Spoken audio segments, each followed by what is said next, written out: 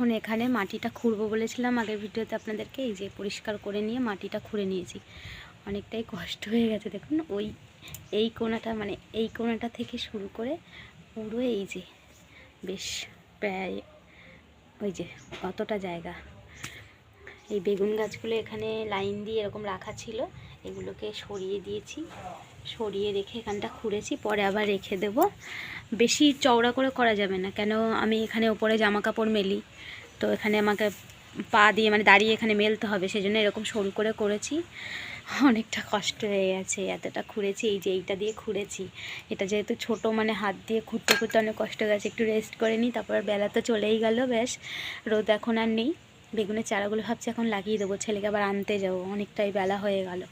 তো বেগুনের চারাগুলো লাগিয়ে দিই। আর এই যে দানাটা ভিজিয়েছি বেগুনের চারাগুলো ভাবছি এই যে এই লাইন দিয়ে এখানটায় একদম লাইন দিয়ে লাগাবো। আর এখানে দেখছেন তো একটা লাইন আমি লাগিয়ে রেখেছি বেগুনের চারা, তো ওই পাশটায় আরেকটা লাইন করে দেবো, দিয়ে এই যে একটু দানাটা ভিজিয়েছি, এই দানাটাকে ছড়িয়ে দেব।